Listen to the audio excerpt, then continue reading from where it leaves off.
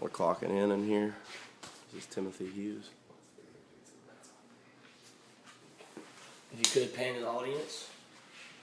I'd be happy to do that for you, Mr. Hughes.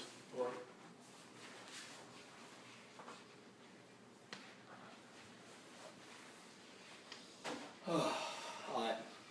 Go east. Guys, I'm here to tell y'all that bees are everywhere. You all know that. They're everywhere.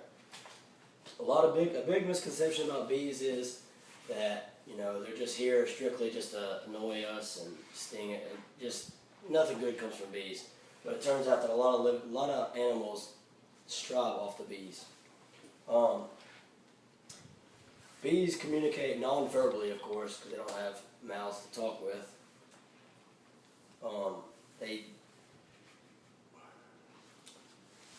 They don't talk verbally. They use body signals. They use the way that they fly up and down and side to side to let people know, the other bees know how far the food is away from the hive.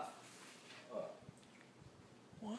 Even myself, I've been doing research for a while now, and I've learned that bees are part of a much bigger picture.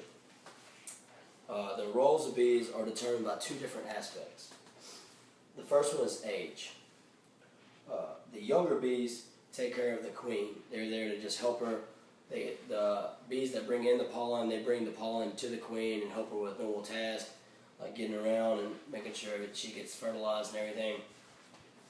So they do that. The older bees are in charge of protecting the hive and building the colony. They're the ones that go out and collect the nectar and the pollen. And also, when they come back, they let everybody know where all the food's at. In terms of gender and female, which is the second part of how they get chosen for what they do, the female bees are considered the worker bees of the colony. So they're basically the ones that are in there building everything, getting everything done, making sure everything's working right. The male bees are just the protectors. So they're basically just drones. They go out, find the food, and then when they come back, they're either used or they just die. They have the shorter lifespan for some reason. And they're the protectors. If somebody comes messing with the hive, and they're the ones that go out there and try to fend it off so the queen's safe. When the female bees go out and find food, they come back and do a dance. The female bees are the only bees that actually go out in search of the food. When they get back, they do a figure 8 motion with their bodies, and then however many times they do the figure 8 and how far up and down they go, it lets everybody else know how far the food is. So if it's a small figure 8 while they're shaking their body, it's a lot closer. And also, if they shake their body more violently, it shows that there's more food that's actually there. And fun fact of the day, that bees live only about 1 year.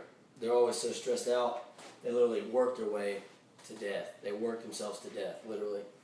They live about a year, and their only goal is just to repopulate and protect the queen and find food. The only 3 points they have to live by. Another fun fact about bees is that they literally work themselves to death. But I just wanted to hit that point again with everybody. It has been also studied and documented by the New York Times that bees also have personalities. Some bees may be timid and more not outgoing in the community as much as another bee that's more outgoing and more adventurous. There's been studies where bees that literally leave the colony and come back in a few days. Just what they do. I hope this speech has given everybody a new respect for bees and not just look at them like just pestering insects. The speech has given me a new respect for it because I've done all the research and I see how interesting that they can be and how intelligent they seem to be. They're also very hardworking. The research I've done shows that they're very family-oriented with each other. The bond that they have with the queen, they just do nothing but try to protect her and keep everything going smoothly. I would like to thank everybody for being here tonight. I know a few people had tests they had to study for. Mr. Zach Martin, shout out. So, yeah. yeah, thanks everybody for coming, and have